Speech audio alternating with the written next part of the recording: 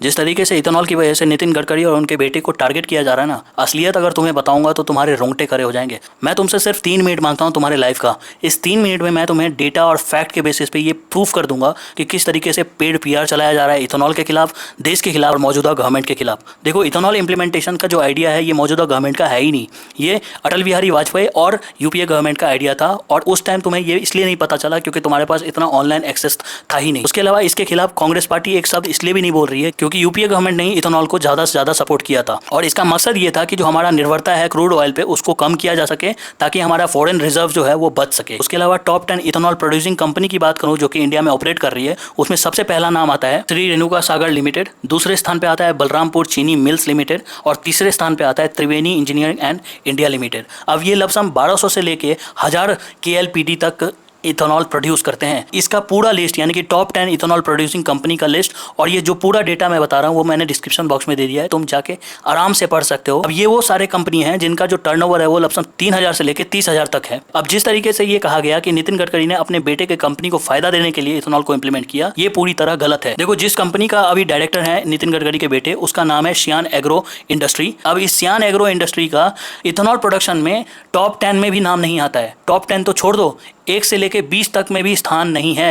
यानी कि इनका जो कंट्रीब्यूशन है इथेनॉल प्रोडक्शन में वो सिर्फ 0.5% है आउट ऑफ 100। इनका मुख्य काम जो है वो है एडिबल ऑयल्स का, यानी कि खाने का तेल का, जैसे कि सोयाबीन ऑयल हो गया या सनफ्लावर ऑयल हो गया, उसका प्रोसेसिंग या पैकेजिंग का। उसके अलावा जो अदर सेक्टर में ये काम करते हैं उसमें फर्टिलाइजर, पर्सनल केयर और इंफ्रास्ट्रक्चर में ये काम करते हैं। तो इनका इथेनॉल प्रोडक्शन का जो काम है वो बहुत छोटे लेवल पे है। अब जिस तरीके से ये भी कहा गया कि ये कंपनी बहुत कम समय पे हजारों करोड़ की कंपनी बन गई, वो भी पूरी तरह गलत है क्योंकि 2025-26 में श्यान एग्रो का टर्नओवर की बात करूं तो लमसम 2234 करोड़ रुपए था, लेकिन अगर नेट प्रॉफिट की बात करूं ना तो सिर्फ 222 करोड़ रुपए था। अब ये इंडिविजुअल के लिए अमाउंट बहुत ज्यादा हो सकता है लेकिन कंपनी के लिए अमाउंट बहुत ज्यादा नहीं है। और ये भी जो इनको प्रॉफिट हुआ वो इथेनॉल प्रोडक्शन की वजह से नहीं, जो बाकी सेक्टर में ये काम करते हैं एडिबल ऑयल्स में, उनकी वजह से है। मान सकता हूं कि कुछ लोगों को दिक्कत हुई है उनके गाड़ी में, बहुत ज्यादा लोगों का माइलेज भी घटा है इथेनॉल की वजह से, लेकिन ये कह देना कि इथेनॉल इंप्लीमेंटेशन सिर्फ एक पार्टी के द्वारा और एक पार्टी के अपनी कंपनी को फायदा दिलाने के लिए किया जा रहा है, ये पूरी तरह गलत है। उसके अलावा भारत एक लौता देश नहीं है जो कि इथेनॉल इंप्लीमेंट कर रहा है। ब्राजील जैसे देश 50 साल पहले ही इसको इंप्लीमेंट कर दिए हैं। अब जो भी मैं तुम्हें ये डिटेल्स बताया ना, ये तुम खुद जाके ChatGPT